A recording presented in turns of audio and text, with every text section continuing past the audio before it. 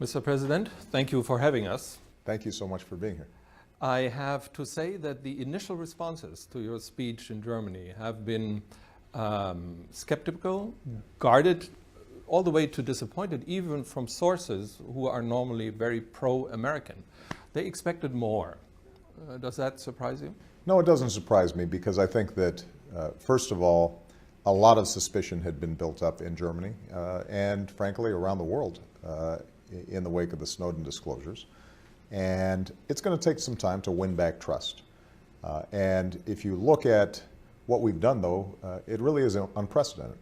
What I've put forward is a presidential directive that very clearly indicates what we will do and will not do when it comes to overseas surveillance. And I indicated very specifically that we do not listen to people's phone calls or read their emails if there are no national security threats involved, that we will, for the first time, I think, ever, include our concerns about the privacy rights of all persons, regardless of nationality.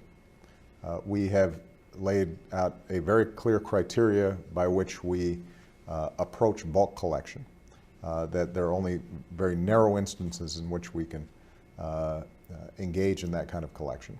And I made very clear the limits on collections for our friends and our allies, heads of states.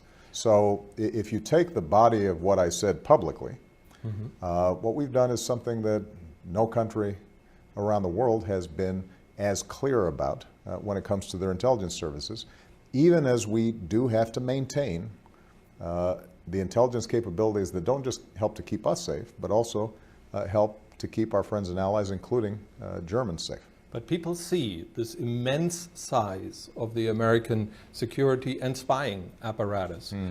And they look at that, they look at your speech today as well.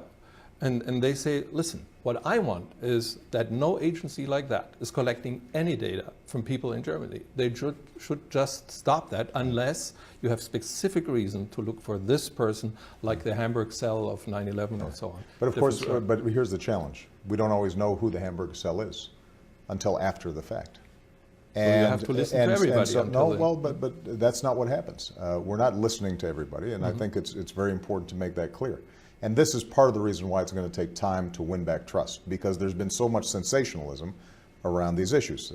One of the issues that I discussed, for example, today, the 215 program of telephone metadata, that I've determined we will end government collection of this data. But this is data that does not include names, does not include content. It is essentially a series of phone numbers so that when we have a specific lead, let's say we find a number in an al-Qaeda compound, we can find out whether that number contacted a number inside the United States, or for that matter, inside of Germany. And there are legitimate concerns, though, about the government holding this data. And those are some of the concerns that we have tried to address. Now, one of the things that I said throughout the speech is I am very sympathetic to why the German people would be concerned about this. Obviously, there's a history there with respect to East Germany that tells us what happens if you have a vast surveillance state and it turns on its own citizens. Here in the United States, as I mentioned, there have been times where surveillance has been abused. And I would not be in the seat I am today were it not for figures like Dr. King, who at times our own government spied on in ways that were inappropriate. So what I'm trying to do is to make sure, on the one hand, that a group like the Hamburg cell, we can identify before rather than after they've killed a whole lot of innocent people, but also to create a series of safeguards and limits, checks, and oversight so that the process whereby we're doing that is not something that would lead the ordinary German or American or Brazilian to think that our networks are somehow reading their